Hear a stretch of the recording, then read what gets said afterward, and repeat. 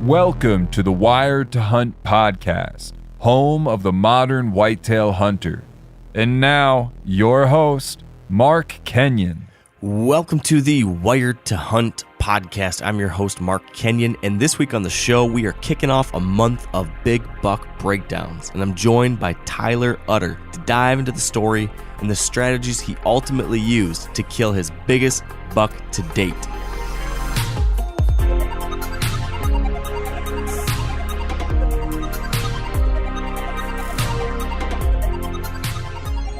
All right, welcome to the Wired to Hunt podcast, presented by First Light. And I think when you guys are listening to this one, it will be the first episode of 2023. So welcome to the new year. Merry belated Christmas, Happy New Year, all that good stuff. And here we go. New season is upon us. And I thought we'd kick off this year with a month-long series of stories. Not just, let's tell the story kind of thing, but actual breakdowns of special stories of special bucks. This month, I talked to, I think, 4 different folks who have had epic, years-long hunts for single specific bucks and really had a thoughtful, detailed approach to how they tried to hunt these deer and ultimately found success. That's the plan for this month. Going to try to really get into the nitty-gritty and learn some stuff from these people. And today we've got a great example, a great way to kick that off. I'm joined by my buddy Tyler Utter. He's an Ohio hunter who I've got to spend some time with, and he just capped off an epic 6-year story, a 6-year adventure chasing a once-in-a-lifetime Ohio whitetail, nearly 200-inch buck, just a gargantuan deer. Really interesting experience that Tyler had studying this deer, following this deer, trying to get him killed. Lots of ups and downs, the full roller coaster you could imagine, and that's what we're covering today. You're going to hear everything from trail camera strategies to some interesting approaches to just getting access and kind of the perseverance it requires sometimes to be able to hunt where these deer live. You're going to hear about dealing with the ups and downs of misses, of bad shots, of everything you could imagine. We've got that today. So that's the plan. I'm hoping you guys will enjoy this one with Tyler. I know I did. And then we've got some other really great stories coming up this month. This is going to hopefully prime the pump for us to kick off the new year as we dive into scouting and land prep, conservation work, volunteering to help improve habitat in public land, exploring new places, shooting our bows, shooting our guns, doing everything we need to do to be prepared for the next season, which it's already time to start prepping for. Hope you guys all had a really good 2022. I'm sure I will do an episode here soon, kind of recapping my past season, probably talk with Tony or some of the other guys about the season we just wrapped up, what we learned from it. But I can tell you one thing out the gate is that my goal coming into the 2022 deer season was to have fun, just to get back to the fun of it all. And I did it, guys. I somehow was able to keep the stress out. I was able to focus on just hunting my hunt, doing things for my enjoyment and why I got into deer hunting in the first place, getting back to the love of it. And it worked. It freaking worked. I had the most fun deer season I've had in years. I got back to the basics. And, oh, by the way, it also led to some pretty decent success, too. So more to come on that. We'll definitely talk about this, unpack that as we go into the new year. But hopefully this is proof of concept. If we can all get back to just having fun, not worrying about what people think on social media, not worrying about what our neighbors think, not worrying about what our friends think, not worrying about how big the deer is or how little the deer is or whatever, but just enjoying deer and deer hunting and wild places, enjoying these things, caring about these things, man, that's what it's all about. So keep that in mind this coming year as we build into the 2023 season. And without any further ado then, let's get to our first big buck breakdown of the month. We've got the story of this giant deer that Tyler Utter was fortunate enough to wrap his tag on. Let's get to it, and I'm going to welcome Tyler to the show. All right, now with me on the line is Tyler Utter. Tyler, welcome to the show, man. Hey, Mark, I appreciate the invite, man. Yeah, I'm glad this worked out. It's It's been cool getting to spend some time with you after we kind of randomly bumped into each other because we had some hunting properties close together. And since then, I've got to find a kindred spirit in you, my friend. You are just as nuts as me. So cheers to that. I agree. It's kind of nice finding the same type of person because sometimes you get looked at a little nuts. Mm-hmm. There's no doubt in that. Yep, that's the truth. But yeah, man, we've got a really good excuse to talk some more tonight because this month, as you know, on our podcast, we are doing a series of buck profiles of stories with folks who have had just like an incredible hunt for a specific buck, deep in the weeds, losing sleep at night, all that kind of stuff. And I think that would be accurate for your situation. Would you say that's about right? Yeah, that would fit it really good. Yeah, really well. Yeah, there's a lot of sleepless nights. So tell me this: I wanna go through the whole story, the whole long story, and hopefully pick out a lot of details of how you did what you did and why you did what you did and all that kind of stuff. But before we get into that, tell me this: just what made this deer and this hunt so special for you? Like, why did you lose sleep for years? Why were you so damn excited when you finally killed this deer? I think the biggest reason was just finding him kind of the way I did, not really expect, you put cameras out and you kind of expect, big deer to be in certain areas. And this was just an area I never, it's kind of like a last resort type of thing one year. And that was the first year I got pictures of him. It was real late season. And I think that was exciting in itself. And then it was a really, like I said, weird type of area that he was in. And you just wouldn't look at it on a map and go, hey, that deer lives there. Like there was absolutely, unless I missed something key, you just wouldn't think that. So it was exciting. And then his potential was what really excited me, but it was hard to let the deer get to where he needed to. But I think that was part of what made it so rewarding and so exciting. Like I love letting deer grow. Like I kind of get into that perspective more than actually hunting them sometimes. You know what I mean? Mm-hmm. Like it ends up being, you kind of just like, I just want maybe one more year. Yeah. Maybe one more year. Yeah. Like fun to watch them, fun to see what they might turn into next.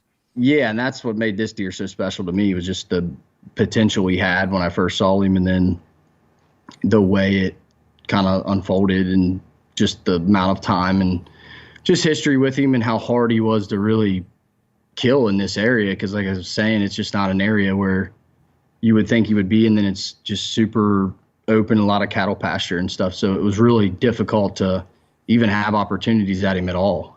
Yeah. So paint me a picture for people who haven't seen a literal picture of this deer.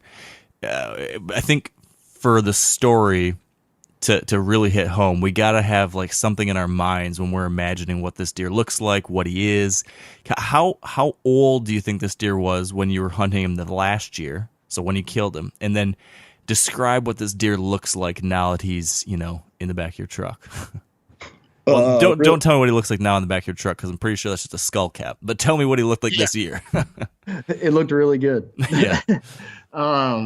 So he is just a mega typical deer. Like he never really had much trash. He had a couple, inside points in between tines and stuff here and there, and then a couple kickers on his two on the one side. But he's just a giant frame.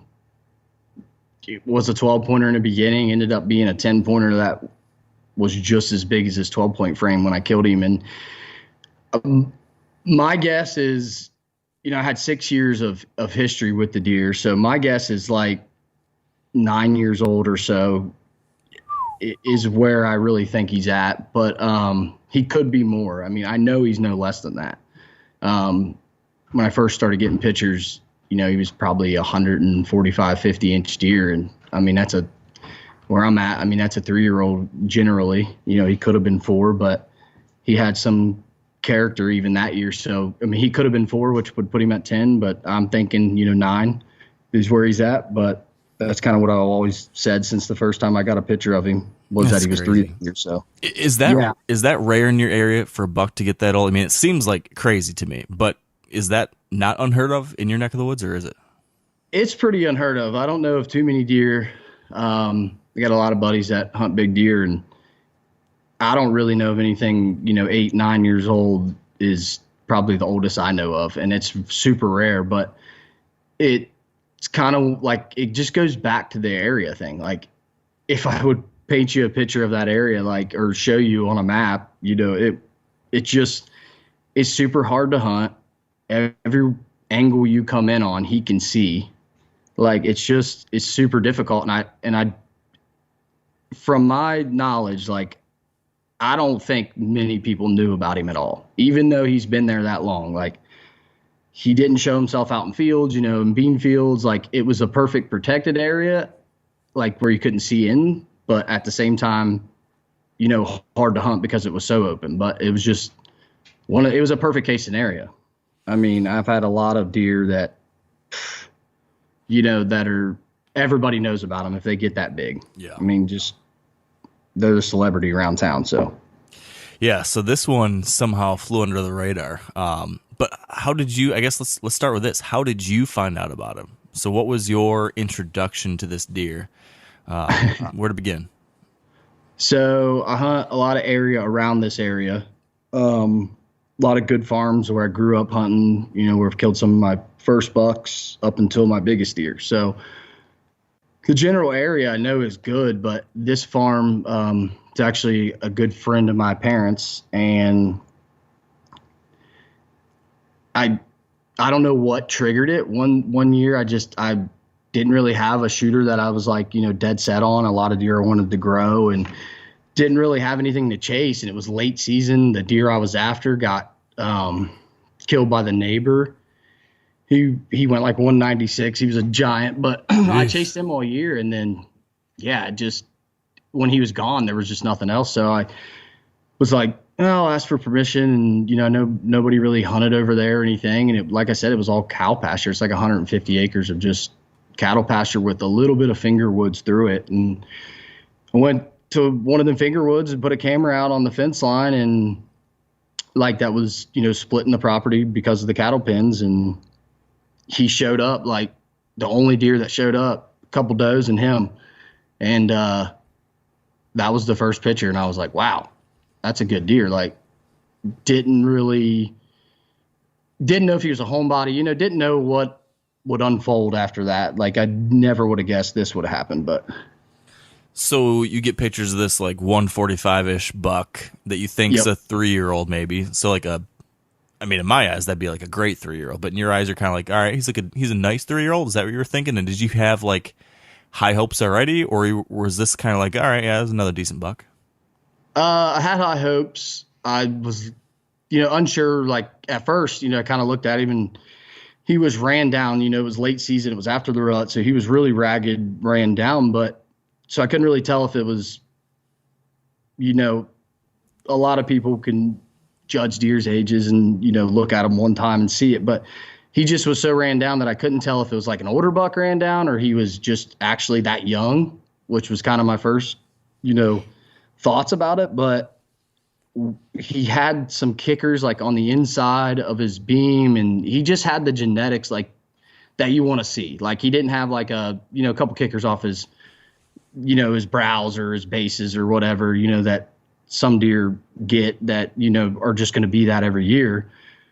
He had them like in between his tines and had, a flyer on the one side. It was just one of them deer you look for. And I'm like, if this deer's really 3, this is going to be something. But at that time, I didn't know what the hopes were because I didn't know if he would stay around. Like, I didn't know if that's where that deer lived or it was just late season. And I just got lucky. Like, didn't have a clue if I'd see him the next year, but I knew right then he was special, but I didn't know, what my history was going to be because, I didn't know the hunting pressure. I was still learning. Like, I'm in that area. I kind of thought I knew what I knew, but at the same time, I don't know who was hunting beside there or, the neighbors they were allowing to hunt and how much pressure he really would get. And so it just kind of, the next year, I realized, wow, like there's nobody around here. Like, this could be a deer that I could let grow for a few years and he could be a mega giant. And it ultimately worked out. It about killed me at times, but So walk me through from there. Like when you get a buck like this on camera in a place you can hunt, and I think one thing you do that a lot of people could learn from, and you tell me if I'm wrong on this, but it seems like you cast a really wide net. It seems like you get permission on a bunch of different places. Like you've got access to a lot of different farms in your general area, and it seems like you're just like kind of keeping tabs on everything everywhere, and then you're not dedicating yourself to any given farm or area until you find like that one special deer, and then you zoom in then. But you've got this really kind of far-reaching gaze. You're looking all around, and you only focus when you find that one. Is that right? You couldn't have hit it more on the head like that. Yeah, that's exactly kind of my tactics. Just because they're so hard to find, them big mature deer that are going to be something special or are something special. And usually if you do, you know how it is, like it's pretty competitive. There's usually somebody that knows about him already. And, I'm from a small town to where I know a lot of people, and, you're like, I don't want to make that guy mad. Like, I don't want to go over here and make this guy mad. Like, I know he hunts over here. So the area that I have and that I've been, lucky enough to kind of really, leasing such a big thing now, but a lot of this area I've just had permission since I've been a kid. Like my dad always hunted there, and it's my dad's good friends, and they don't let anybody else hunt. Like I couldn't explain how fortunate that is, especially nowadays. Like it seems to be everywhere you look, it's a lease, and there's nothing wrong with that at all, but it's just kind of the way it's went. So I've just been fortunate to keep this ground without needing to do that, really. Yeah. So I cast the net in that area pretty wide, but yeah, I find a deer and I try to focus on that deer. Like I don't really bounce around it, but some years like this year, that's the only reason I found him is because the deer I was after was gone and, got killed. And when that happens, it's like when you set your goals for one deer, all of a sudden it's over. Yeah. And you're like, all right, where do I go now? Now what? Yeah. And that's difficult at times, but so with it's this, rewarding. Yeah. So with this one, you see him in the late, or you get pictures in the late season. He falls kind of in the like interesting folder, maybe in your brain. You're like, hey, this is one to keep tabs on. What happens the next year? And what do you do when you get a buck, when you kind of get tabs on a buck, you see one, or you get a picture of one that's like interesting, but you're not going to want to shoot him right away. Like how does that impact your strategy the following year? Do you do a bunch of different kind of preparations given that you're hoping this deer might blow up, or are you still like, all right, I want to see what happens here? What does that look like? And then what did you actually do? So yeah, I kind of like this deer. I keep alluding back to it because he was on my radar, but I never knew what was going to happen the following year. Like as far as when I actually got pictures of him, I'm like, oh wow. Like he blew up. He went from that 145, frame to mid 170s. Wow. Yeah, he exploded, and that kind of changed a lot. I was chasing another pretty good deer that year, and I knew that as bad as it sounds, or as good, however you want to look at it, but like I knew I couldn't shoot him because at that point, he was healthy and, velvet pitchers. And I knew I'm dealing with a 4-year-old, 5-year-old at the most. I bounce back and forth with that. But I mean, let's call it a 4-year-old, but he exploded. And I'm like, this could be the next deer. Like this, I'll never probably have an opportunity to chase a deer like this again. So that's kind of where my mind went. When I first saw him, I went in and put some stands in. I obviously went and, put cameras out and kind of tried to pinpoint or just get pictures of him again, from the following year, just see what he did. And then when I did, I was like, okay, wow. And wasn't so sure at first, that I wasn't going to shoot him just because he was a giant. And then I was like, all right, I'm not shooting him. People thought I was crazy. I got a good buddy I hunt with all the time. And he was like, you're not going to shoot that deer? I'm like, I got to let him grow. And he was daylighting a lot. Man. on this farm, and it was difficult. It was difficult. I actually sat in the stand a couple times that year, like in the beginning, first week of season, and I got to lay my eyes on him, and I couldn't do it. I was like, so when you went out there, though, were you thinking in your head, like, were you still unsure, and you were sitting like, well, maybe, maybe not. We'll see how I feel in the moment. Was it that kind of thing? pretty much, but I mean, I knew I wasn't going to shoot him, but the pressure from friends and family were kind of, are you crazy? And then so a little bit in my mind, I'm still figuring out, who's around, what's around as far as hunters or predator, like something that's going to take him out. I'm like, where's this deer go? Does he travel a lot during, it's all a what if at this point. So that to me was probably the biggest reason that I even kind of thought about it. Cause I'm like, well, is he 4? I'm trying to make him 5 or 6 in my head. Like, is he going to be around? Like, oh, what if somebody, and go back to the year before where the neighbor killed that deer. I'm like kind of a little bit bitter because I'm like, gosh, I watched that deer for 3 or 4 years and then that happens. Yeah. Yeah. So it's a hard decision to make, but I don't know. I knew I wasn't going to shoot him, but when I'm sitting in there and then I saw him and I was like, wow, I mean, just a giant. And yeah, I don't know. It was easy, but it wasn't easy, I guess, if that makes any sense at all. So you hunt, you obviously, anyone listening, hearing you say what you just said, like it's obvious, it should be obvious to anybody that you hunt in a pretty good area where you have opportunities at good deer, Yep. to be able to see a booner and be like, he needs another year. So you're in a place that the deer get a chance to get old and they've got good genetics. And so, like you said, you're a fortunate guy to be in a zone like that. Yeah. But why? Like, why do you want to see what happens? Like, why was that a buck that you saw and you're like, you know what? I want to keep this story going. I want to see what happens next. Like, is it simply curiosity and like, man, it could be like a once in a lifetime deer, or is it, I don't know, like what is that in your head? I think the best way to explain it is, I mean, you can't kill a 190-inch deer if you don't let them grow. I mean, that's always, everybody's chasing that 200 mark, and obviously I'm chasing it too. And it's easy for me to let deer grow. Like I almost, like seeing, like you're saying, the curiosity part gets me. And then it's just the fact of putting a story together, putting the history together, putting, all the ups and downs. Like anybody that's hunted and chased a deer, I mean, you as well, you understand it. Like For sure. It's a mental battle that is tough more than it's good. Like, but when it's good, it's so good. Yeah. And you can't explain that to people, like if you've never done it.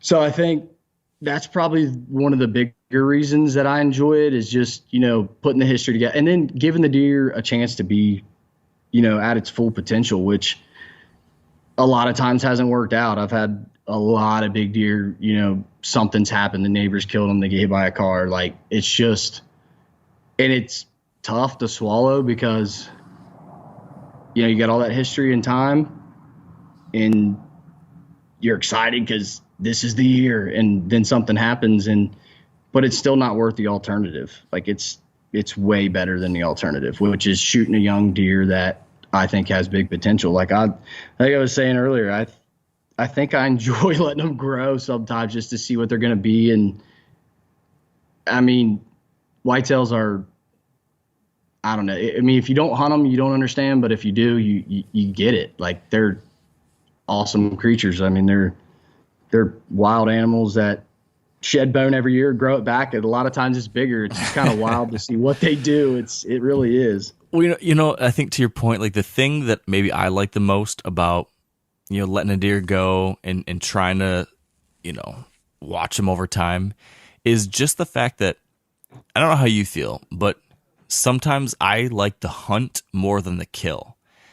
Like I love just like watching these deer, learning these deer, studying these deer, seeing what they do from year to year, kind of just like you get to know them, and they're just so fascinating. I just love that, like trying to figure it out. Like there's like a puzzle in front of me every year, and you get to see, okay, well, what's this deer going to do this year? What's he going to do this year? And you're slowly putting together this puzzle. You're slowly getting a picture of what's happening. And that process itself is so much fun that sometimes I don't want it to end.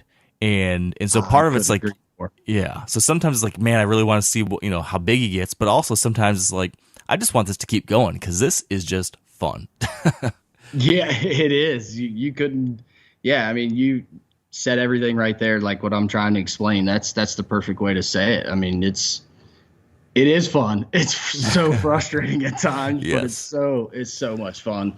And I don't. It's a hobby, and I've never been more passionate about something, and I hope that it never goes away. I don't think it will, but you've heard the stories. A lot of people that hunted when they were younger and really kind of, I don't know, burnt themselves out. The older guys that are like, I used to hunt a lot, but I don't anymore. And you'll get that way too. I don't think that's me. I don't think it's there. I hope so too, for me too. So okay. You get pictures of him. He's a booner. He's a giant, but you realize like, all right, I want to see where this thing goes still. Mm-hmm. You hunt early in the season, you see him, but you decide, okay, I'm not going to shoot him. So what do you do with a buck like that, where it's like a giant, but you're not going to shoot it? What did you do the rest of the year? Did you have a plan to try to like still keep trying to learn about him, or did you decide to stay out completely to keep pressure super low? How do you do that? I quickly learned that the neighboring property was where he lived. And that was a little bit concerning to me because there was somebody leasing that property that I found out, like, when I get my headset on a deer or, trying to figure it out, and you quickly realize, like, okay, this deer doesn't live there. Like, I really go into some digging, and we all do it. Trying to figure out, okay, well, who does hunt over there? I don't want to step on any toes. Does anybody hunt over there? Trying to get my plans together for next year, because after he shedded velvet, probably 2 weeks. I mean, he would show up time to time, but like 2 weeks into season, it went from, every day or every couple of days of pictures and daylight and pictures in general to, one a week, and then, a couple in that month. And so I just quickly realized, okay, and it made a lot more sense on, looking at it on the map and everything. That's where that deer lives, was the neighboring property. He summered where I was where I was hunting. And then, late season, he came back. So I was fortunate enough. That's how I caught him the year before. And I know all this now, but at the time I'm just kind of putting it together. Like, all right, this deer doesn't live here. I'm going to have to make a plan or figure out what I can do to get that property. So I kind of started digging on it, and I knew one of the boys that his grandpa owned the farm. They did have somebody leasing it, which is what I heard, but I confirmed it through them. And, I was like, well, if something ever changes, if they don't want to lease it next year, or if they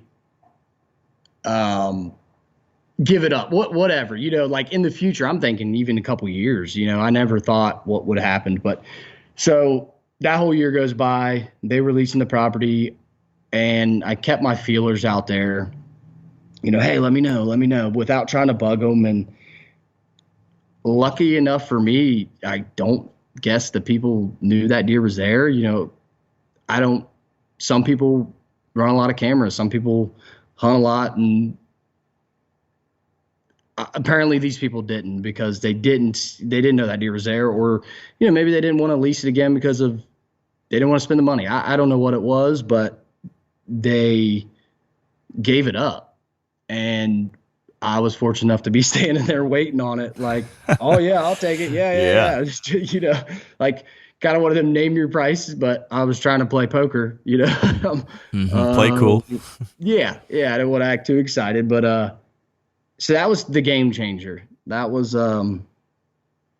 really where it changed for me, as far as realizing, okay, I got a shot to kill this deer. Cause I knew just after that year, he's gone for 90% of the season. He's back, last couple weeks of season, and obviously he sheds. And I was fortunate enough to find a shed that year, laying right out in the middle of the field, and it was pure just luck that he dropped on that side, but I couldn't find the other one, and there's not much woods there to search. So if it's not out in the field, it's just not there where I'm able to get it. So I did get the lease and started preparing that, kind of thinking, what do I do here? I don't know anything about the farm. I don't know anything about how the deer move through there. It kind of makes sense in my head looking at it, but at the same time, you know how that is. Every time you think you got it figured out, they do something totally opposite. So I don't know if you want to jump into any of that, or if you want me to keep going with the kind of the timeline. Yeah, well, tell me what the trail camera strategy was as far as like trying to figure some of that stuff out, and how do you run? I guess generally, how do you run cameras to learn about these deer, and then what did you have to specifically do on this new property to figure out this deer? Okay, so the property is kind of like. It's 150 acres also, and it's a lot of cattle pasture, and it's a lot of finger woods, but there's one big block of timber on it, and I say big block, like 35, 40 acres of it's, really thick, nasty, but that's the majority of the woods there. And then everything is kind of like fingers off of that, there's two main fingers, and then kind of like a little satellite finger or whatever you want to call it. But, so I started slow. I put some cameras out, natural trails, through them fingers, and really didn't want to go into that other area at all. Just because I knew if he was going to stay on the property, I mean, that was his core bedding area. Like, there was no doubt in my mind on that, but I was quickly proven wrong. So I put some cameras out on these fingers and just natural corridor type stuff, no bait or nothing at first, and really tried to just learn what the deer do. And I had the other property still. So, we're fast forwarding to the next year, and I got pictures of him on that other property where I was originally getting pictures of the velvet pictures of him. The past year, like, had the camera on the same tree, everything. He blew up again, another 20 inches. Wow. So now he's a big 6x6 and just a giant. His frame is comparable now when I killed him, but it was when I got the first pictures, I was like, this has got to be fake. It didn't. I was like, this isn't real. Like, I actually have a chance to kill this deer, or, an opportunity. I had landed the lease. Like, I was kind of nuts, if you will, about trying to pin that lease down and, get confirmation that I can hunt where I thought this deer was living. But I put cameras out over there like I always did, and started getting velvet pictures of him. I'm like, wow, all right. That's when I went into a different gear of, I'm going to try to kill this deer. So I had the new lease. I was putting cameras on them fingers, nothing. Didn't get any pictures of him. I'm like, all right, I got to move back a little bit, move towards the other property that I was hunting, which they do, but, they're side by side. So I moved a little more towards that fence line, and still nothing. We're into August at this point, probably, but he's still up there on, the property I had the year before. And as soon as he shed velvet, 2 weeks in, he slowly started moving into this property. When I say slowly, like, the closest, camera I had to that property, he started showing up on a little bit, but no other cameras. Then he started showing up a little deeper into the property, and then a little more, and then a little more. And then as the season came around, I really started to figure out, okay, this is where he lives. Like, I had confirmation, like, all right, this deer's here. Now I got to figure out a strategy on how to kill him, because everything coming in and out of the property, he can see me. Like, I just have that feeling like, okay, he can see me. So that was probably the biggest hurdle of all of this, but I don't want to dive too deep into that. But so I started getting the pitch. I got them on scrapes at this point. They're really starting to hit scrapes, and I'm getting a bunch of pictures of him. Like, I'm excited. Like, I'm thinking I might be able to kill this deer like this year, like almost easier than I thought because he was showing up all the time. But quick question. Go ahead. Before you go further, with the cameras, so you've got 150 acres that you've got the lease with and 150 acres that you have permission on next to it. Mm-hmm. How many cameras are you running in a situation like that, trying to figure this deer out? So the one I had before, I had 2 cameras on it, and only because, like I said, 150, I mean, there might have been 15 acres of woods. It was super small, and most of that was like strung out, fingers. So I kind of knew how the deer moved through there. So I only had 2 over there, and then the new property, I had 3 on it at first, because I was just trying to really not press in anywhere that would bump that deer, or just trying to learn before I just went cowboy on it. Yeah. So 5 total on both of those pieces at first, but that changed dramatically in the next few years. All right. So continue on from there then. So, I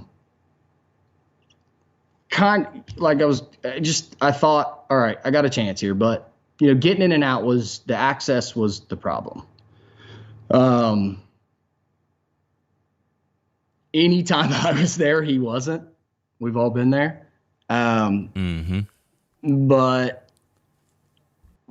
I ended up having an opportunity like it was late November that year. And this property's like, it's all broke up to where when I say like I have a camera on this finger, it's 200 foot long and 50 yards wide, just to paint the picture. And if I had it at one end on a scrape, nothing. There's another scrape at the other end of it. This is literally kind of what happened. And he would show up there all the time. So like any like little movements, micro movements was kind of how I was getting a little bit of intel with this deer. Like if I just kept it on that end of that finger, on a scrape that was, blowed out every time I was there, I wouldn't have him on there. Like so bizarre. That kind of was a game changer for me. It was kind of weird. So you said you had an opportunity at him though. So how'd you manage to get that opportunity despite the fact that it seemed like every time you went there otherwise he was not there, because you've got this like sneaky suspicion he sometimes or somehow sees you? Yeah. So I started kind of really only hunting one spot, which, I like to bounce around a little bit on other properties, but this deer, I was just, like I said, just trying to figure him out, and it wasn't really going in my favor. So there was one camera he was kind of alluding to more than anything, and it happened to be the camera that I could, the stand setup that I could get to the easiest. Like a little drainage swale went through the middle of the property, and I could walk it in, and then it led me to a creek, and I could walk the creek up. And then from the creek, it like went up a little hill, and then there was a big field that was all, hidden in the back, which was beans that year. And actually it was corn that year. And he just liked to be back there, I think, just to, being secluded, but I still couldn't really figure out where he was bedding. I had a couple options in my, head that I thought, but that was just the biggest opportunity I felt like I had. And, I hunted it, I don't know how many times, but not very few.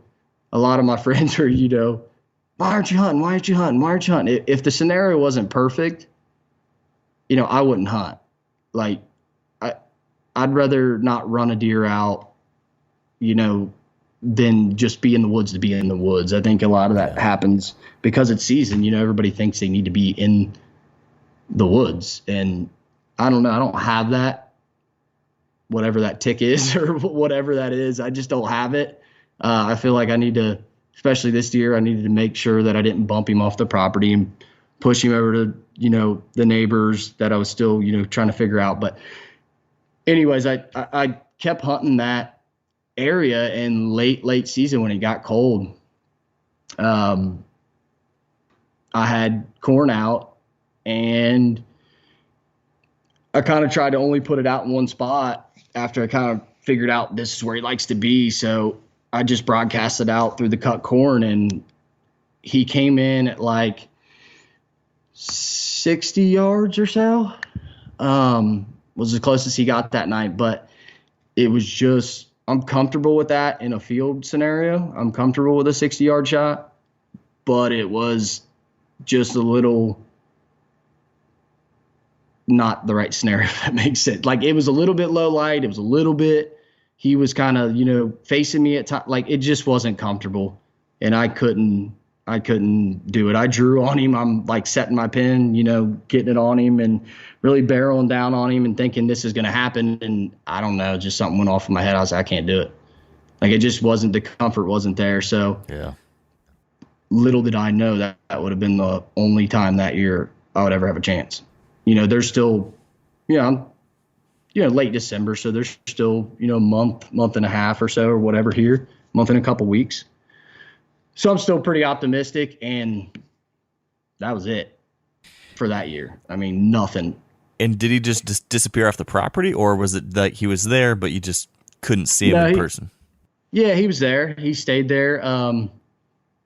Just never got him in person. Little tidbit for the future. So the first time I ever got consistency of daylight with him, like in a few days in a row, we had a dusting of snow and then like another dusting behind it the next day. And he showed up 3 days in a row in daylight, and kind of put that in the back of my head. Like, we all know that deer move better than, but when I got a deer that's there all the time, but not daylight, and it's, that's a time to be in there. Of course, I'm in a different stand when he did it. But I kept that in the back of my head, and then in the future years, that was kind of his trademark as far as daylight, and it was kind of wild. Snow, a dusting of snow. The first dusting or snow at all, he would show up in daylight.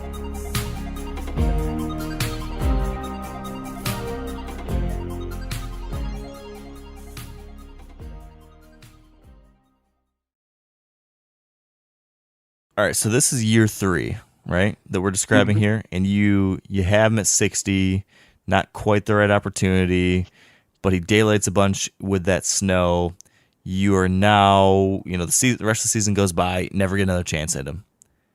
Year 4, year 5, year 6 is when you killed him. So you've got 2 years in between now and when you kill him. Yep. What happens that next year? He's got to be like number 1 for sure. You're obsessed. You're full blown crazy at this point. Is that right? Oh yeah. I didn't even, like, the year that we were just talking about, I didn't sit anywhere else. Didn't care about anything else. Like, I ran all the same cameras I normally run, had some really good deer on, some of those properties, had some really good deer that I, hindsight's 2020, but wish I would have probably would after versus, the story, I would never change it for anything with him. But you know how it is when you focus on that deer and you don't kill him, you're like, man, I should have went after that deer, or I should have did this. And because they were big, mature deer too, they just weren't him, and they weren't that big. And back to the, like you were saying, just the kind of the chess match you have with them, and you're like, I'm not letting him beat me this year. Yeah. But they do over and over. And so that was the end of that year. But so the next year I did kind of the same thing. I didn't really change much because this property, there wasn't much I could change. What I needed to figure out was where and what, like, he was doing in daylight, because he was there. The only time the deer would disappear was during the rut. And this property is super weird. So we're talking about, 300 acres. I had the same 3 bucks every year, him being one of them, and nothing else, like a couple spikes and, stuff you wouldn't even realize, wouldn't even really look at on your camera, just some random deer. But as far as anything from 100, 80 inches up, it was the same 3 deer every year. And it was one of them being him. And I bet I didn't have a handful of those on that property. It was just a weird, so that was kind of weird for me, like trying to figure out, okay, it's getting close to rut. I know he's going to disappear again. And he'd be gone for like the whole month of November, and it would make me nervous, so nervous. Yeah, I bet. Because I wouldn't get a picture at all. We're going from pictures every night on 1 or 2 cameras, something's triggering every night with him, to nothing. I mean, not a glimpse. And boom, like clockwork, he'd show back up the end of November. And that kind of played a big role on kind of how I handled it. But at the same time, I'm kind of at a loss for words, because it was so mind-boggling to me. Like, I couldn't figure anything out on this deer. Like, I go out there to glass, observation type stuff, and wouldn't see him. Wouldn't get a glimpse of him. Like, this deer, out of the 6 years that, I hunted him 4 years. Yeah, 4 years out of the 6 that I knew about him. And until this year, I saw him in person 3 times, 4 times, had 0 footage of him. I'd go out there for velvet footage, 0 footage. You know what I mean? Like, I'd putting all my time in this deer, and any other deer I did that, I would have glimpses and I would have footage and velvet. Like, I was just, really putting a story together and putting some time in, and it was paying off. But this deer, no, it was not happening. So I'm like, do I even know what I'm doing? Well, what do I do here? Like, right. I couldn't get anywhere. It was wild. But that year, the year we're talking about, so going on, what is that, the 4th year? Yep. So going on the 4th year, I kind of did the same thing like I was saying, and I knew where the scrapes are going to be, and they were in the same spot, and I ran the same cameras, and kind of just accepted the fact that late season, when it gets cold, I'm gonna, that's my opportunity for this deer. So once again, we got snow coming. I got to be in the stand. He shows up, but he stays out at like 70 yards and wouldn't come any closer.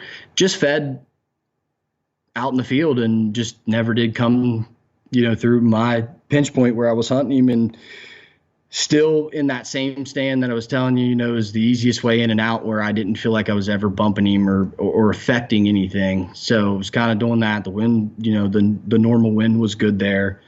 So just safe. Sometimes you got to get aggressive, but I just was, I don't know, scared to do that. So stayed safe and just kept doing the same thing, sitting in the same stand, same results. But first snow, shows up.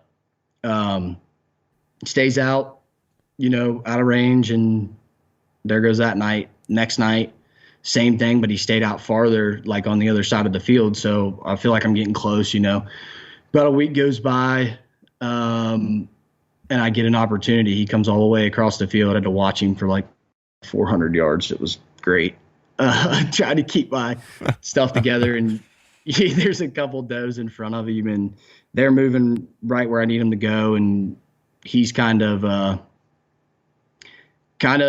just following suit. Like, I'm like, man, this might happen, but I'll backtrack for a second.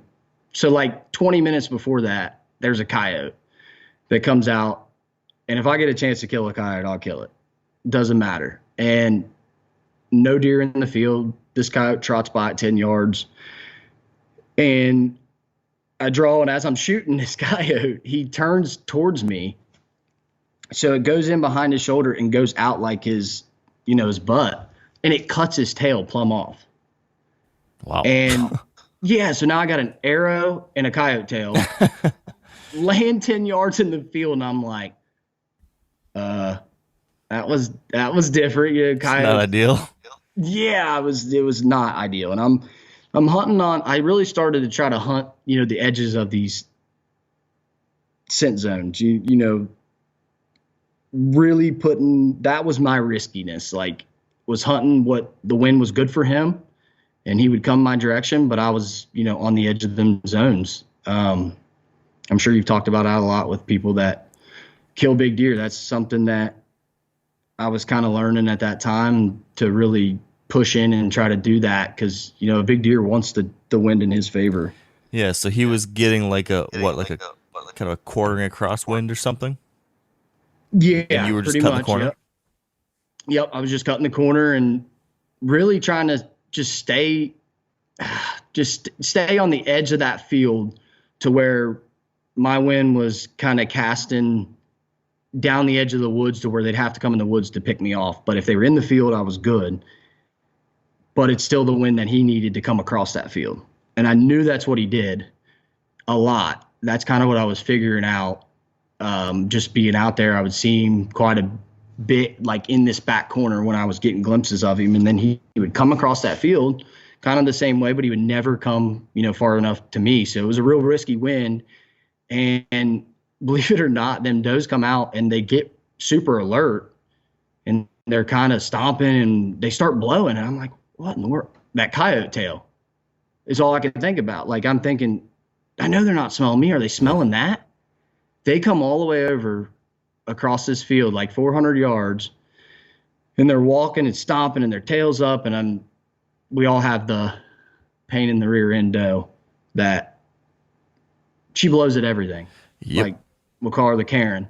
But she would come out and the wind would be dead in my face and she'd just start blowing so it's that doe. So I'm like, I don't know what she's doing, but she's still coming my direction with her fawns. And she gets over there and she goes right to it. My arrow's, sticking with Illuminati glowing out of it. And there's the tail laying there. It's like his full tail, she's sniffing it and messing with the arrow. And she kind of comes like right to my ladder. And at this point, he's behind her probably 60, 80 yards. So I'm really, dialing in, getting focused, trying to figure out what's his next move. And he starts to do the same thing, but he freezes, but he's in the same, he's smelling that tail is all I can ever think. I know it sounds crazy, but there was no way he was smelling me. And he kind of froze and lights, like right now he's probably 65, 70 yards to give you a picture, right out in the middle of the field.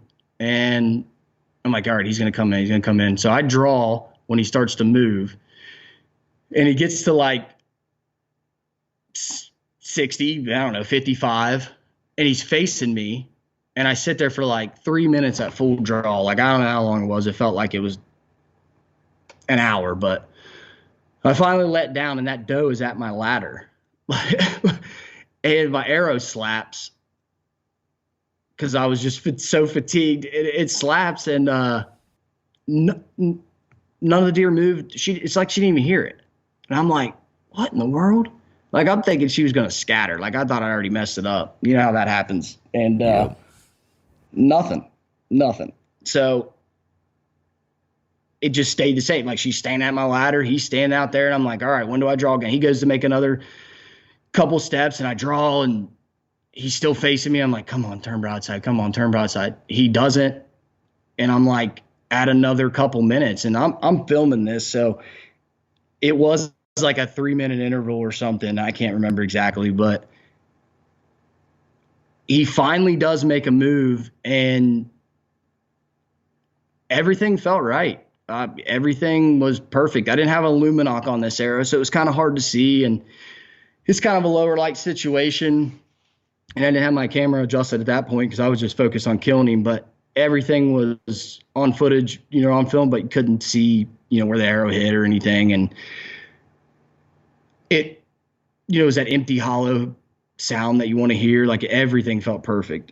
And he runs off, and I get my binoculars on him, and I can see blood pouring out of him because he stopped at like 80 yards and his head's hung and kind of looked a little bit low, but I still couldn't tell exactly what happened. And I still felt good about it. It didn't look too concerning. I couldn't see it perfect, but because he's walking away from me. But I see blood pouring out of both sides. He walks off. I kind of watch him walk off, and he's, super hurt, head hung. I'm thinking maybe I hit him in the guts. I, really didn't know. Was distraught. First deer I've ever really, say it. I teared up over and just every emotion poured out of me because I thought it finally happened. And went and took a couple hours, like 3 hours, and went back and was a bunch of blood, really good blood. And so this is cattle fence, farm once again, and there's really good fence all around it. So there was one spot in the fence where it was down, and he went to the fence where it wasn't down and would not jump it, and walked up and crossed there and went into the big set of woods, where I know they all bed, and started in that, and instantly kind of turned left and went out of it, went back into the field, and he went to 3 fences and would not jump any of them. Just walked all the way down them, and then boom, nothing. Blood disappeared. I had good blood the whole time. It just disappeared, it vanished. And I had coyotes light up probably 45 minutes after I shot or so. So I'm thinking that maybe they ran him or something. I walked for probably 7 days in a row, just getting permission on every property that neighbored it, trying to find him, because I just had this gut feeling that he was dead, and I had this gut feeling that the coyotes bumped him. And who knows how far a deer can run. You hear different stories all the time where they're 2 miles away from where they were shot, but they're dead. I just want to put every stitch of effort I could to try to find him, and that did not happen. I never even jumped him or saw him during that whole time. So I'm back to that sleepless night thing. I couldn't function. It shut me down. 2 weeks goes by, 2.5 weeks. He shows up on camera with no horns on, big wound in him. And I hit him low, perfect alignment, but just low. Still don't know how I didn't, nick a heart or, hit that artery that runs down there, and still trying to put it all together in my head. But at the same time, I realized, okay, he's alive. That's good, but he's got no horns on. Before we go further, how did you handle just after that wounding and you couldn't find him? How'd you handle those days, the couple weeks after that? Were you man, I'm done, I don't even want to hunt anymore? Or were you kind of all right, I got to get back on the saddle, keep trying again? How'd you handle that lowest of low moment? Not very good, Mark. Didn't handle it well at all. This deer has just completely consumed me. So I had no thoughts of wanting to go hunt anything else. My goal was just finding him if he was dead, confirming something, because I had such good blood and I thought the shot was still good, and, was still trying to figure that out in my head. And you know how it goes when you replay everything changes a million times. And, I still couldn't convince myself that he wasn't dead. Everything felt right. I didn't, nothing felt wrong other than the fact that, the blood just was boom, gone. So really I just went into survival mode of trying to do anything I could to find him. And like I said, I asked everybody that was around for permission, and walked and never even, like I was saying, never saw him, never found anything else. It was kind of wild. It's kind of one of the only times I've had that happen where, I still, after all that, had no confirmation of anything. So I really went into, okay, I'll dump a bunch of feed and just try to keep something here. So if he is hurt and he's wounded and he comes back, I'll get a picture and I'll know. And that's what happened. He did.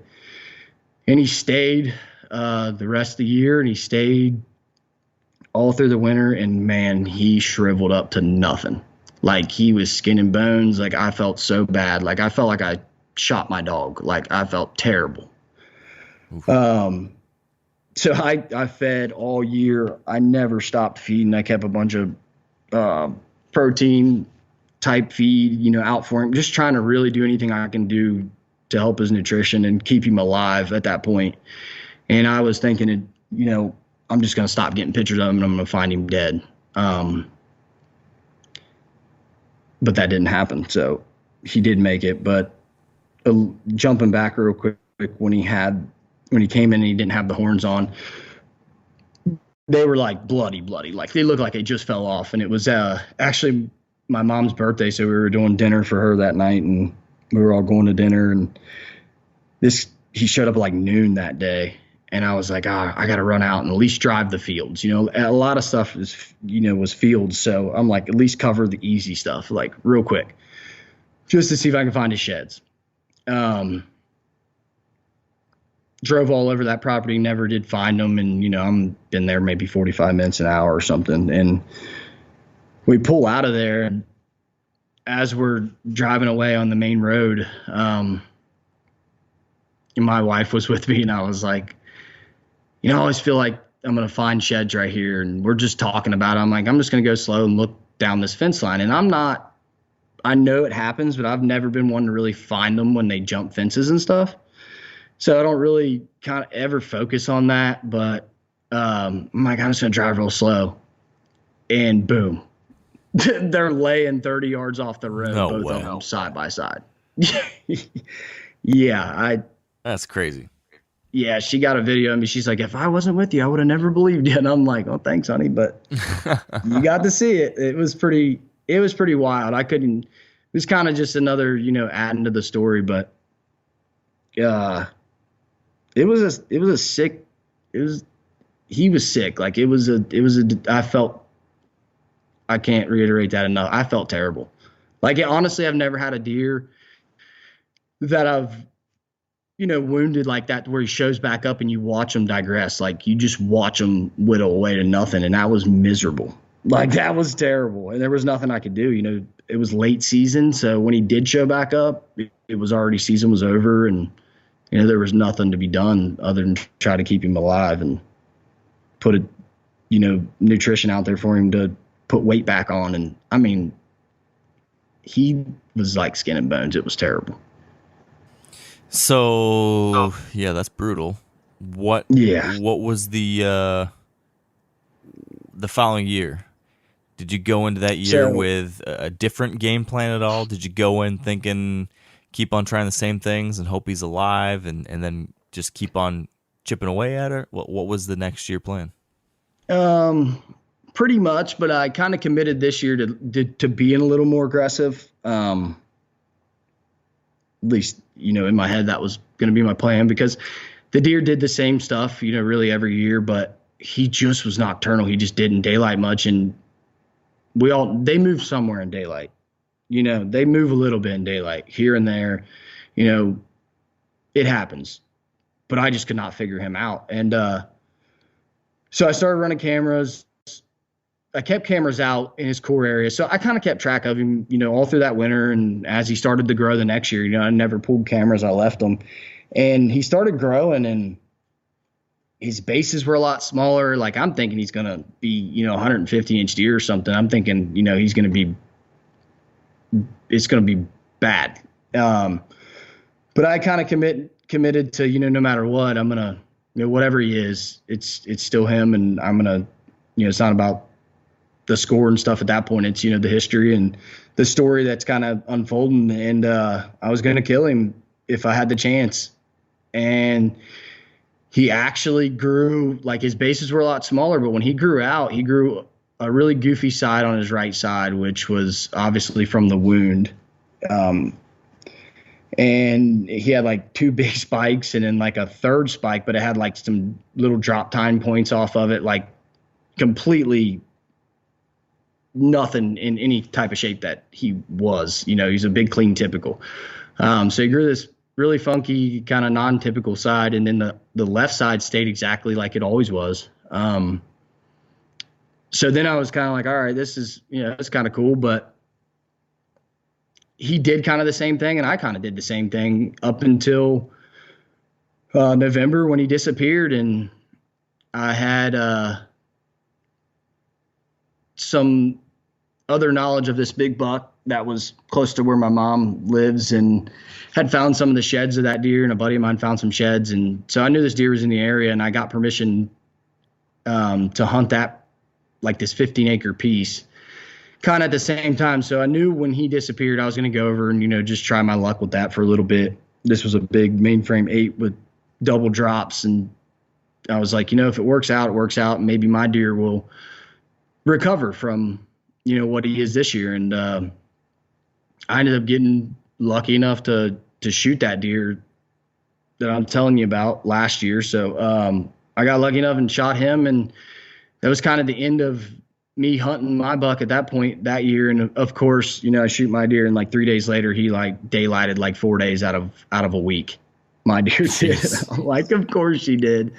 And so that was kind of the end of that year. I looked all over for the sheds. Like, I had him on camera, one side of the farm, and then he showed up on the other side of the farm, 16 hours later, and didn't have any of his sheds. And I looked all over and couldn't find. That was the only year that I didn't find at least one side of him, was last year. And I never did, and never heard of the neighbors or anything finding him. So I don't really know what happened with that, but fast forward to this year, and he was the biggest he ever was. He went right back to normal. Right.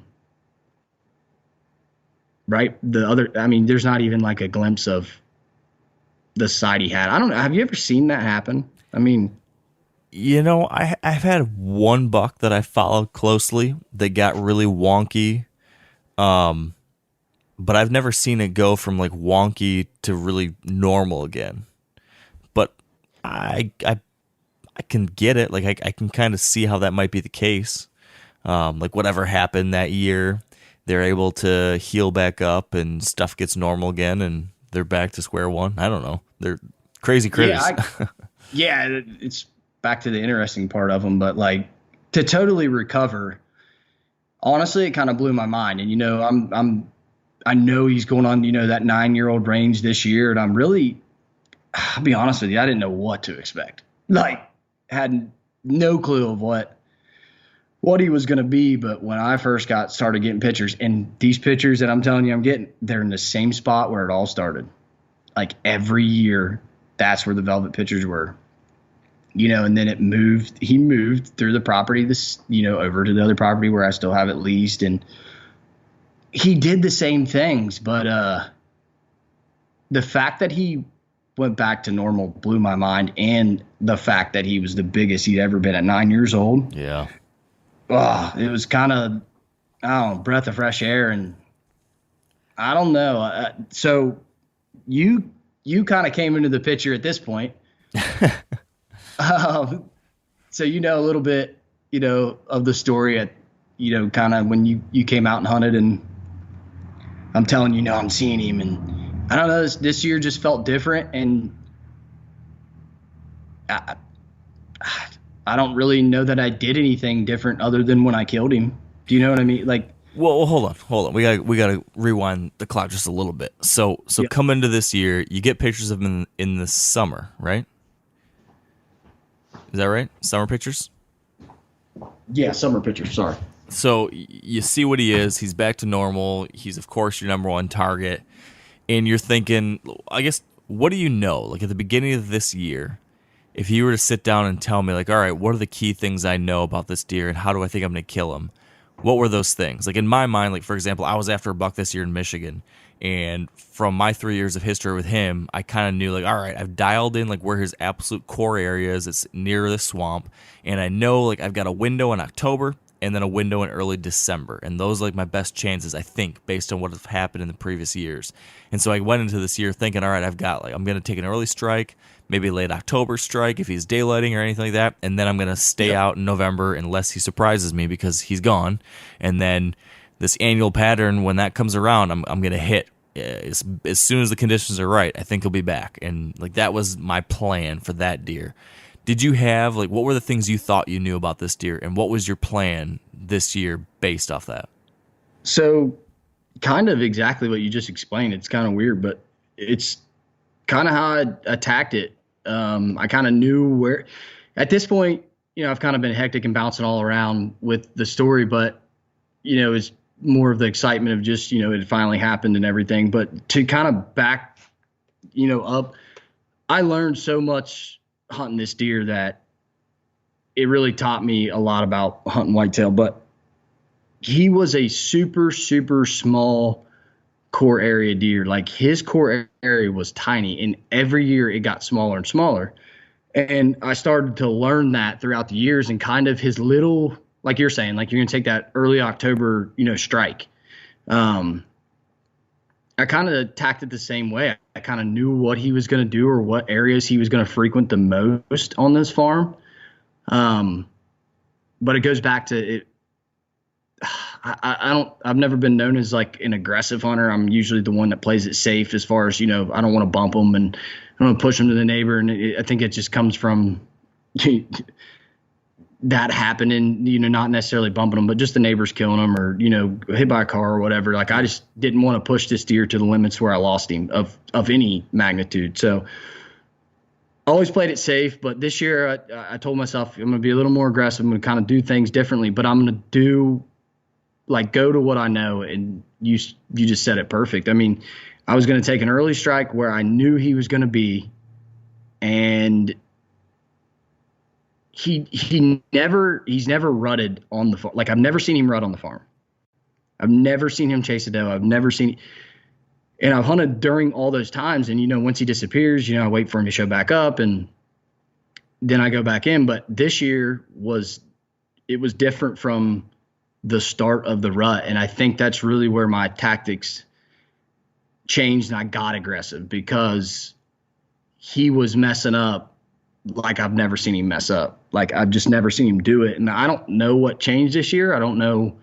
Maybe them does came in first and he just, bred everything on the, bred the 3 does that's there. But I think that's really where the game changed for me this year, because I would have kind of took that early strike like you're talking, and only because I felt comfortable of knowing what he does. But then when, he kind of starts getting in that rut phase, he's just bouncing around everywhere. And I would hunt, but I just really didn't really know where to be and when to be there. You know how it is, it's a cat and mouse game of bouncing around, and it seems like you always pick the wrong place. But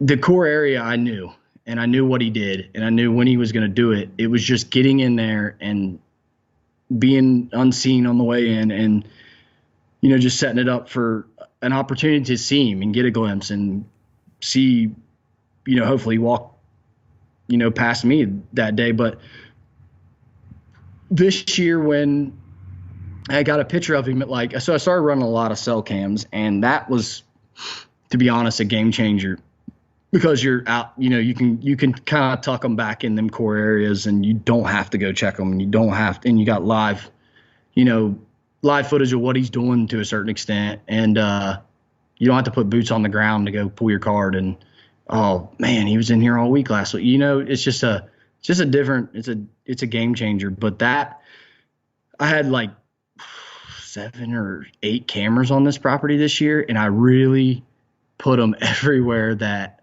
I had learned from the past years of what he does. And I really went to focus on 2 scrapes that I know he frequents, and I know it's going to be him if that scrape's blowed out. And then all of his travel, like any areas that I thought he was, like, I know what he, knowing what he does, like I really wanted to attack those areas with cameras just to kind of catch his every move. And I got a picture at like noon one day, and there was a doe running past the camera first. It like triggered, and then like he's in the background, then it triggered again. And this is in November? Yeah, late October, early November. Yeah.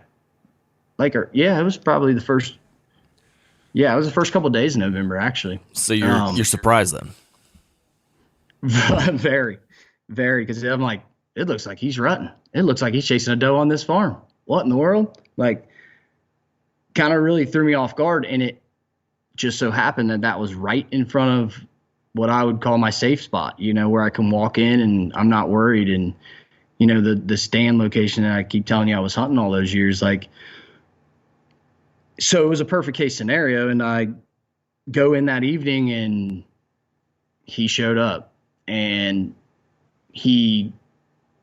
I knew what you always say, like I say I knew, but I had an Yeah. inkling of where I thought he went that day and bedded down, and I was really comfortable that that's where he went. So I kind of walked out of my realm of the way I normally walk and kind of stayed away from that, because where I thought he was probably 100 yards from my stand. And sure enough, he came out of that little wood lot and ran the doe right out in front of me, about 90 yards, 100 yards. Got some really cool footage of him. Got some. It was just cool to see him. It was awesome, but it was early. It was like 3:30, 4 o'clock. Like, it was cool. And he was running, and he was on that doe, and like he was tending her and would not let her get away from him at all. So that being said, I'm like, all right, here we go. Like, I'm gonna be in here every day, all day if I have to. I'm taking my chances. So I went back in the next morning. I saw him the same. So when he came out of that little woodlot, he went straight across the field in front of me, but then kind of veered away and went into another spot where I know he beds. And that morning he came out of that spot with that doe, because like 3 little bucks went in there, and he ran one out and was on the edge of the woods, and then he like went in and got his doe, and then came across the field at about 150 yards in front of me, and kind of turned around. His doe went in the woods, and he turned around and just stood there for like 10 minutes, like waiting on them bucks to come out of that woods. And they like, come on, try it.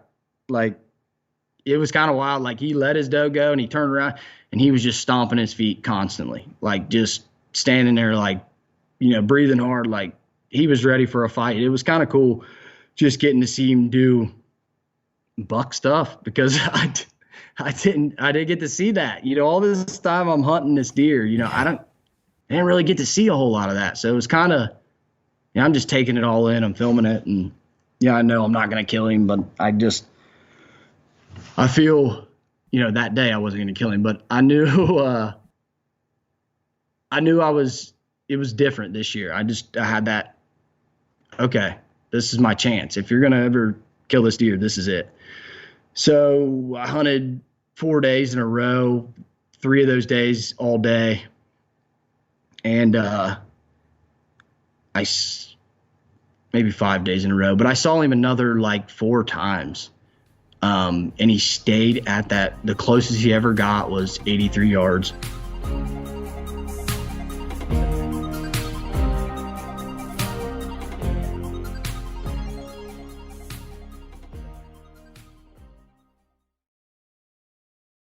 You talked about how you get in for these afternoon sits, following this draw up to the creek and then to the back of the tree. But what about morning hunts? How do you get in with all this field edge stuff? Are you worried about that? And then how do you get out without ever spooking this deer? Like, do you have some kind of secret magic to keep this deer from knowing how you're getting in and out? Or is that like incredibly stressful for you? How do you handle that? So it's incredibly stressful, because I'm not a morning hunter, unless it's, this scenario. I don't really hunt mornings. So, and that's kind of the reason I don't. I always, feel like I'm bumping the deer. I'm, back to the cautious thing. But, yeah, it was super stressful every time I went in. I'm moving like a sloth and just trying luckily this area, I had walked it enough to where I've kind of, had a clean path on the way in, and went in a couple of days early, and kicked my path out, if you will. So I felt good as far as the sound, but I always worried about running into him or, whatever, bumping his doe or whatever at that case, bumping any deer. But back to the, this farm doesn't have a lot of deer. So that was kind of the blessing in disguise that, I really didn't realize until, a few years into hunting this farm, but super stressful. Some days I went in at like, I let it get daylight a little bit, and that might sound crazy to some people, but like I wanted to see going in, so I didn't bump him. Like I was, glassing all the way in and just making sure he wasn't already out in that field. And to me, I was willing to take that chance versus walking in the dark and, crossing paths with him. So I kind of did that. I think I did that like 2 days out of that 5, but I don't know. It was super stressful. I don't like doing that at all. I don't know. It was, but I knew where he was going. Like the times I did see him, he was going in the big timber. And so I really had, unless he had come out of there with his doe at that time, I just was real comfortable that he was on that doe and he was not leaving her. And unless she took him that way, at that point, that's I guess a percentage factor. You kind of, I mean, that would be hard to do. You know what I mean? To cross paths at the same time. So I don't know. I kind of approached it that way. I didn't, trust me, my wife thinks I'm crazy sometimes. She's like, you just got to get in there and hunt. And she's super into, she's killed a lot of good deer and she's pretty smart with it. And she's like, I think you overthink it sometimes, which I do. But at that, with this deer is just when you're not learning or seeing what you want to see with the time you put in, it's hard to know your next step, I guess. It's hard to be confident in anything. But in this case, you hunted that 4 or 5 day stretch in November, and you were seeing him, but just never quite close enough. Yeah, he walked in the middle of the fields and stuff. Like he never walked down the edges of the wood line. He always stayed out in the middle of the fields, and it was kind of wild, really. Like I've seen a few big deer do that, and I don't really. Maybe why they do that, but no, I don't. Yeah, I don't either. I don't know. I'd be interested to hear somebody's take on that. But did you at any point think like I got to do something different, like do something crazy, like I don't know, set on the other side somewhere else, or put a decoy out, or do something, or were you like, if I just stick to the plan and be safe, he'll eventually make the mistake?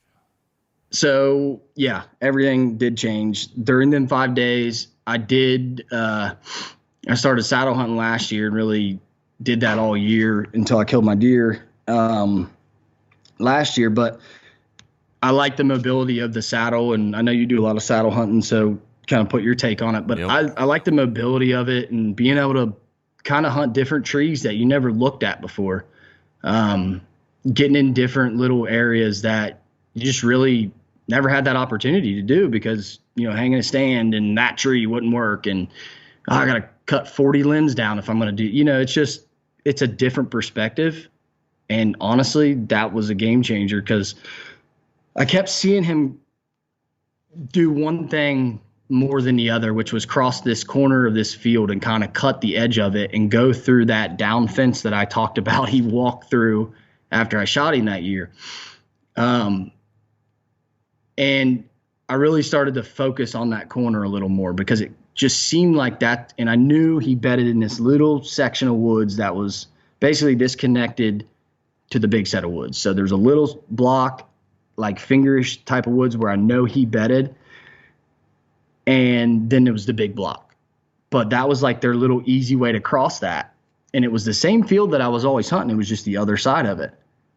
And so 2 things. I saw him doing that and then was hunting in that same stand that I always hunt on that same side of the field that I always hunt. And I kind of see another field from that, through a bunch of trees, and it's like probably 400 or 500 yards away. And I was glassing it one night because I saw some deer running, and this is during them days that we're talking.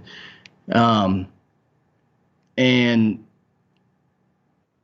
I saw some deer run, and I'm glassing. I'm just barely picking out what they are. They're does, and it's early. And I go back to where I saw the last doe run, and I look, and there he's like standing in my, just boom, there he is. And I'm like, oh. And then I go into like, all right, what do I do? So I actually got out of the stand and was going to try to make a stock on him because it was like a perfect scenario. He was kind of up on this hill and there was a little crest, and the way I could come up, it was just perfect. And so I got down and tried to make a move, and there was a doe like that I never saw. I didn't see her till I got up on her, but like I got within like 15 yards of her, and I looked up because I was kind of looking over in the direction where he was, headed, thinking, I'm going to keep my eyes on him and hopefully he doesn't drop over this hill before I get to where I need to be. And I look up and there's a doe and she's just eating the cut corn and never did see me. So I just like laid on the ground and had to sit there, and 30 minutes go by and I'm like, all right, now I don't even know where he is. And I made the choice to go back to the stand. So I get up in the stand and I look at my trail cameras, and he's standing on his hind legs making a scrape. I think I showed you that picture. It was pretty cool. It was wild, but that's awesome. Well, so he does that, and I'm like, okay, well, good. I'm glad I didn't like press in, because where he went was kind of dead away from me, and I would have never caught up to him. But he decides like 10 minutes later to come back across that scrape, and he's headed back towards where I'm at, where I was going to be, trying to make that stop. And he's got a doe in front of him, and he's coming towards me, but he's, 500 yards away at this point. And this has kind of happened a couple times, not this scenario exactly, but he's moving on the farm in daylight, and I'm over in my stand over here. And, I bounced out to this finger stand where there's some scrapes, and then he'd be over here. And so I'm thinking it's the same old, he's moving in daylight, but I'm not going to have I'm not going to see him. Well, he came all the way across the farm and came right in front of me with his doe at like 40 yards, but it was too dark. All I could see was, through the binoculars, I could see him. And I'm like, God, like, this is rough. Like, he's just showing himself enough, and he's really putting the pressure on me and really turning up the heat, as far as like, I'm still just as far as I've ever been, but I'm as close as I've ever been. If it it's just, it was tough. It was hard to swallow, because every night, I'm seeing him, which go back to, the last, 3-4 years. Like, I didn't see him at all, hardly. I'd have a couple sightings of him a year, maybe, one opportunity. And at that, it was a subpar opportunity every time. So now I'm seeing him a lot, and I'm kind of in contact with you at this point. I'm kind of play by play and feeding you some of it. And he just, boom, done, disappeared. He did his typical November thing, but he did it 2 weeks into November. And here I sat for 2 weeks on my hands, just waiting on him to show back up. And so the plan was like, you're not going to go back in there and hunt until you get confirmation he's back. Is that like, keep the pressure low, don't screw it up till I know he's there? Or is that the plan now? Absolutely. Yep. Yeah, that was exactly the plan. Just because, like you were talking about your deer, he's gone during November, and there's kind of no reason to be there. And I know that isn't always the truth, but I feel like I got this deer figured out at this point to where I know where my opportunities are to kill him. And when he disappeared, I was like, all right. And I hunted, a couple times right after that, thinking, maybe he's not disappeared, maybe he's just locked down and he's not showing up on camera anywhere, and he's not hitting the scrapes. And I got so many cameras on that property, I felt like that I had everything covered as far as where he would move and how he would move. And he wasn't showing up, so I was like, I'm just going to stay out until he shows back up. So what happened next? So 2 weeks go by and nothing. And my wife's family, my brother-in-law, my father-in-law come in to hunt for gun season. And they get here, that Thursday before gun season, actually Thanksgiving. And so I'm kind of gearing up for them. And, my deer's been gone for, at this point, like I said, 2 weeks. And I'm getting them ready and got some good bucks for them to try to kill. And, kind of went in that mode. And Saturday before gun season, boom, he shows up at like 10:30 in the afternoon. And so when I went across the field and hung that, I don't know if I actually said that, but I went over across the field in that corner where I kept seeing him throughout these, days I was hunting, and hung my saddle set up, and I left my saddle set up there. And I only hunted it like 1 or 2 nights, and the wind had to be totally opposite. It had to be a dead south wind to work for this setup. So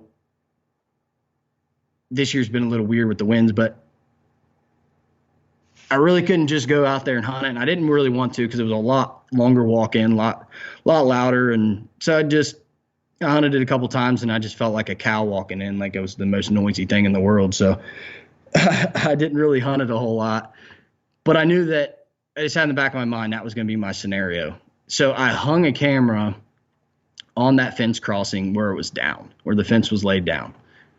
And I have a couple cameras around that field, and that was just a hot spot throughout this, time that he was gone. There was a lot of deer, cutting that corner that I was talking about. And that's where he showed up at 10:30 on Saturday before gun season. And I had it set on video mode, so I kind of watched where he went, and he went in that little block of timber I was just telling you about where I know he beds.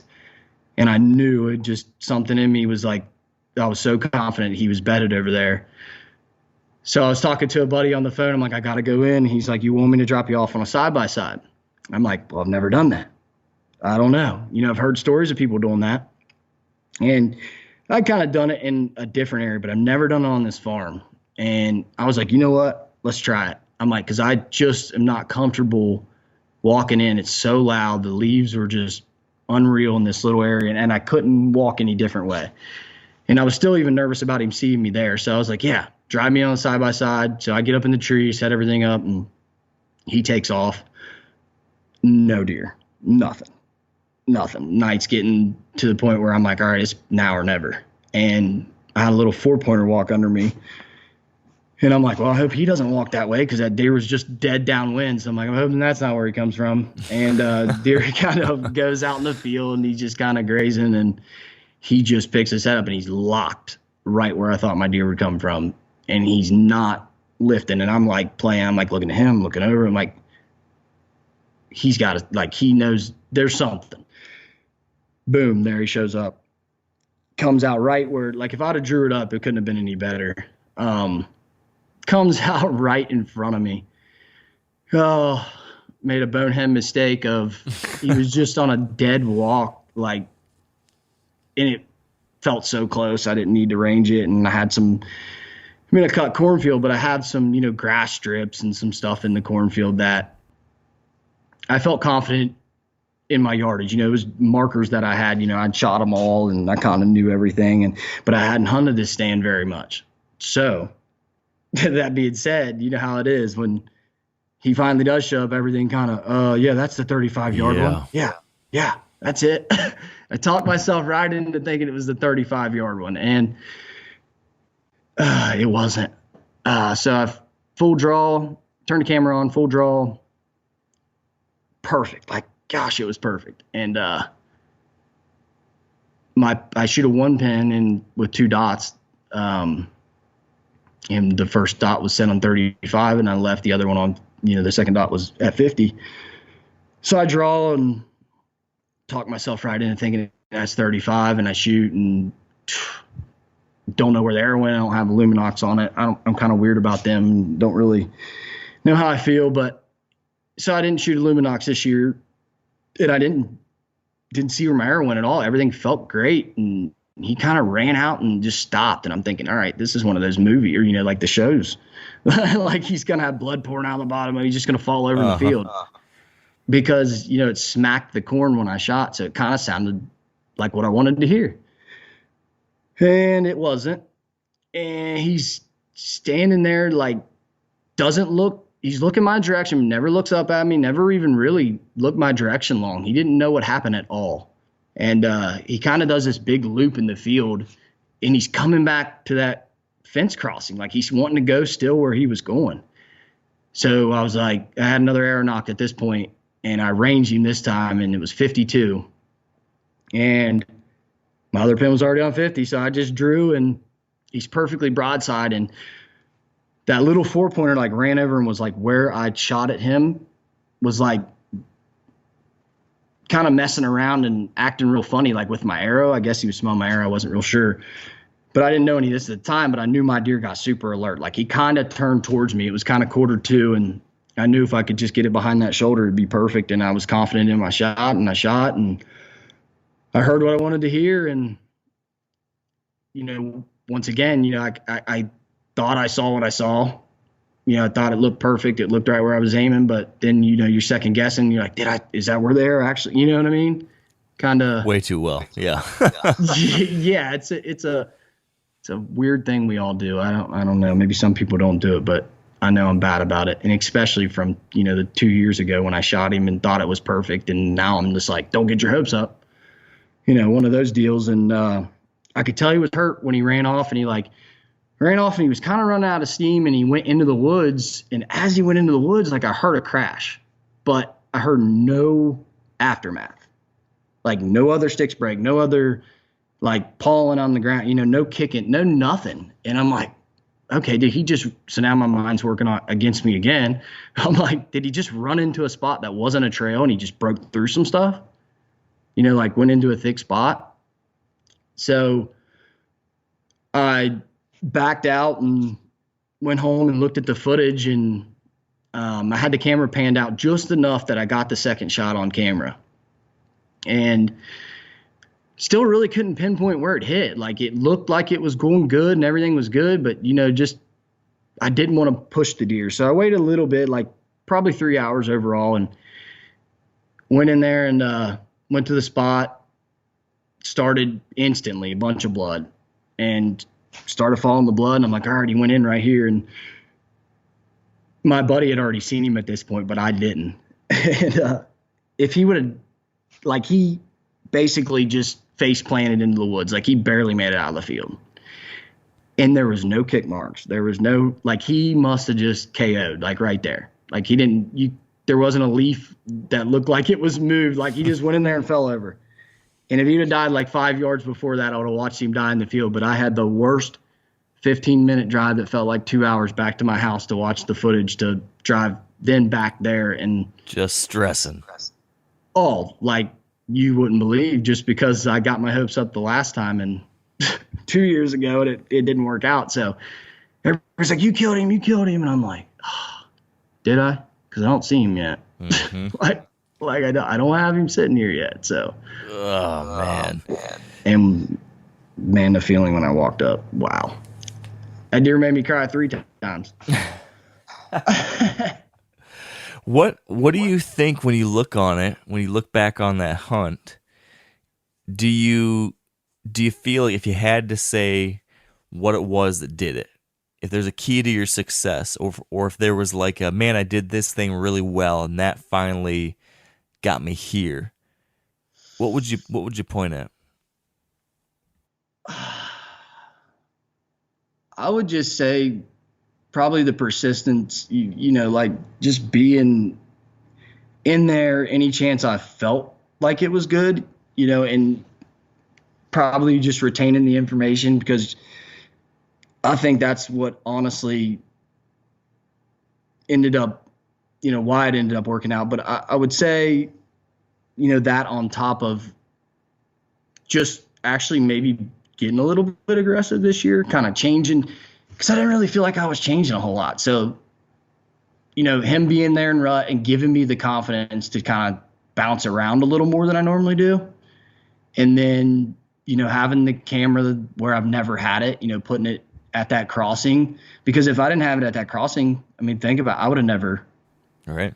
I wouldn't. So just switching up my locations of camera, and then switching up obviously the location where I was hunting, and just, I don't know, just a perfect storm, of getting dropped off on the side-by-side. And I think that helped, because I didn't, walk in, even if he did see it, it didn't bother him. He thought that, the farmer drives around on tractors and side-by-sides and stuff all the time. And, I kind of just think that was it didn't bother him. It didn't make him uncomfortable. And, to where if he would have saw me walking in, it would have definitely made him uncomfortable. But I think just taking some risk, really, and then just staying with the game plan, as far as sticking with that deer, and not really, other than last year, I never strayed. I hunted that deer straight for pretty much 4 years and never even gave another deer an opportunity other than the deer I killed last year. And I didn't really think that was very doable, if that makes sense. Just kind of thought, I'm going to go sit in a different place, and, maybe it'll work out where I killed this awesome deer, and it did. But I don't know. I'm kind of I kind of nerd out like you do on the little things and the details, and I might not have gave you much of that in this just because it's more about the fun part of it. But like, in the story of killing him, but there's so many little things you do that might seem monotonous or might seem, dumb to other people, but this deer was like the poster child for small little changes gave me so much more information. Like, it almost didn't even feel like I was doing it. Didn't make sense. I'd move a camera 40 yards and all of a sudden there's a bunch of daylight pictures of him or something. You know what I mean? Like, just weird little stuff that I didn't really ever run into with another deer. But it took me a long time to figure that out. So you said that when you look back on this might be like, I think you said this, that this deer maybe taught you more than any other deer or something like that. What were your biggest lessons from this hunt and from this buck? What do you take away? I'd say probably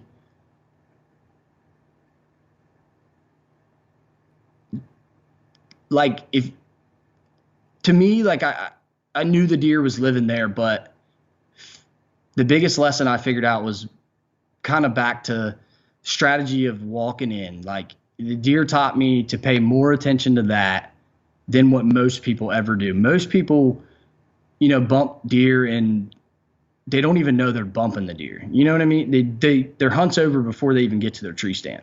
And I think that was a big lesson I learned because I was hunting some spots in the beginning that I just didn't really think about that. And I know that's kind of something maybe some people think about it second nature, some people don't, but you get excited and he's showing up and you're like, oh, I'm going to go this way to get there. And you don't really, think about, wow, you're ruining your hunt before you ever get there. Like, I think that deer taught me a lot about that, a lot about hunting the edges of the wind, the zones that people talk about, and being on that disaster zone to where it's good for the deer and, it's almost bad for you, and that could change. That's a fine line. I feel like it's hard to play, but I think that's one big thing I did differently. And, just staying persistent on it. Like, you know how it is. There's so many ups and downs. You feel like you're never going to kill the deer. And then you get this boost of confidence. Yeah. You feel like you're going to, and I don't know, this deer never gave me that boost of confidence until this year. So I think just keeping my head down and plugging along was probably the biggest lesson that he taught me, was just ups and downs of the miserable part of hunting, but also what makes it so sweet when you do kill them. Like, the grinding part of it. Like, this deer pushed me to the my grinding limits completely. Like, it's so hard to hunt a deer year after year and with so little interaction with them. So here's what I wonder next, and this is something I've felt before. This has been a 6-year hunt, and you talked about like the perseverance and just like sticking to it and the obsession and all those kinds of things. Mm-hmm. That finally comes to an end. Oh, how does that feel? Was that bittersweet? How do you feel now? Are you lost? Do you know what's next? Lost. That's it. That's the word. Lost. Seriously, I mean, that's it. I do feel lost. Like, every time, you call it like the obsession part of it, but like you'll get it, but other people might not. It's kind of sounds weird, but like, I don't even want to take my cameras down. Yeah. I don't even want to move the cameras from where I get pictures of him. And like, every time I look at my phone and, or, pull up the app and just look at the cameras, and I know he's never going to show up again. It's weird, but it's like, oh, he's right here. But it's such a bittersweet ending. It's so sweet, but I've never had a deer pour so many emotions out of me that you can't control. I don't know if you've ever experienced that. Mm-hmm. Like, you get shook up and like stuff happens, and obviously the normal. But this deer, like, it just felt like the weight of the world was lifted when it when I actually got to lay my hands on him, like, and that's just because we're crazily obsessed with whitetail hunting, and Yep. it's unlike anything else I've ever experienced. But this deer really poured that out of me. Like, it was the most bittersweet thing I've ever been through. I almost want him to be alive again just so I can go do it. But like I was saying, is that hunt sometimes is the very best thing. The constant chase, the questioning, the wondering, the putting things together little by little by little. Man, that's just so much fun. So I gotta believe, if I know you, or if you're at all like me, you must be like jumping to, all right, who's the next buck? Who's the next guy? I can start like thinking this through. And have you already started like plotting out who might be the next one you could start the next 6-year journey with? Do you have an eyeball on someone who you're thinking, man, that could be the next one? I got a couple, but I'm gonna ask you a question. Where do you go from here? Do you? Yeah. It's just, and not like in a arrogant way of saying that at all. Like, it's just kind of, I never really, he went 193 inches. Like, I just can't even wrap my head around it still. Like, what do you just, I know some people that go and, it's the next big mature deer, and it's like, it's not all about score, but there's a little bit about it that is obviously intriguing to all of us. And, do I wait again for, the next 190-inch deer, or, whatever? Man, I don't know. That's kind of my struggle. I don't, it's not all about the score, but I tell you, the next one that trips your trigger and you find yourself just like, oh, just do what's fun. Chase that feeling, man. That's exactly what I'm looking for. And I guess to answer your question, I don't have any of that right now. I got some good potential deer that I'm excited to see, but I know it's, a 3-year journey for them to be where I want them to be, just because of their age, not really even, they're racking the score, but just the age. And I've been so distant to all my other farms. Like, I've ran cameras like I always do, I've not put any of that like out on the wayside, but it's almost like I'm hunting new properties again. Like, I just haven't set in any other stand other than last year, for that week. And I got lucky enough to kill that deer. And, other than that, I haven't sit anywhere else in 4 years. That's pretty wild. Yeah. It's kind of hitting me as I'm saying it to you, because I've never really thought about it like that, but I haven't. And I don't know. My next thing is, getting a good buddy of mine, trying to get, he's on some good deer, and trying to help him get on them, and, maybe film him doing that. And obviously try to get my wife on a good one. She killed a good deer last year, and that's really my next goals. And that's kind of been my mindset. And it's kind of keeping my mind off the reality of trying to, or needing to find another one. Cause like, as of right now, I don't know what I'm chasing next year. I guess just sitting in the tree stand, which might be fun to go back to that for a little bit, to be honest. Yeah, that's true. There's something about just some pressure free, just sitting to sit and hunt and see what might surprise you. That's got a certain appeal as well. Yeah. Pressure free, like just being out there to be out there. And, with cameras and stuff nowadays, it's hard to be surprised. I mean, on really what's there, but that's, maybe I'll do some of that. Just be exciting to hunt and not really know what's there, and not really know what's going to walk in. Cause I couldn't tell you how many times I've seen every deer on that farm. Yeah. Or I was hunting him, besides him, of course, but man, well, that is a heck of a journey. I've had some good ones, but never a 6-year hunt for a buck like that. And obviously not a buck of that caliber. So, soak it in, my friend. I hope you get to, spend some time just reveling in this experience, and the good fortune and the story and all that, because that's a pretty special hunt. Congratulations. I appreciate it, man. I appreciate the opportunity to be on here and stuff too. And some people are excited to hear it, and it kind of hits home for some people. And I don't know, just the part of it that you know, like even the deer's ups and downs, you know, like him being wounded and then making a comeback with his, you know, his horns being bigger than they ever were at 9 years old. Like, it's just kind of wild what kind of animals these animals really are, and like their will to live. And I mean, everybody's probably had a tracking story where, you know, that deer can't be alive, and then, you know, it is, but they're different. And they obviously, people like us, they just do different things too. And I don't know, my dad introduced me to hunting, and I'm so fortunate and appreciative of that, because without that, I don't even know what I'd be doing right now. You know, maybe whittling some wood or something. I don't know. Doing something productive with your life other than chasing whitetails all day. You said it. You had to say it, didn't you? Yeah, at least that's what some people think.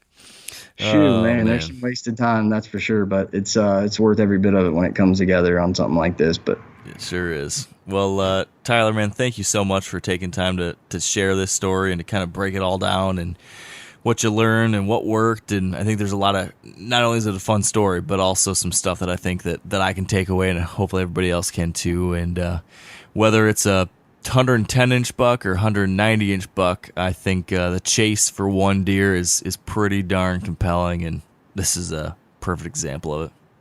Yeah, I appreciate it, man.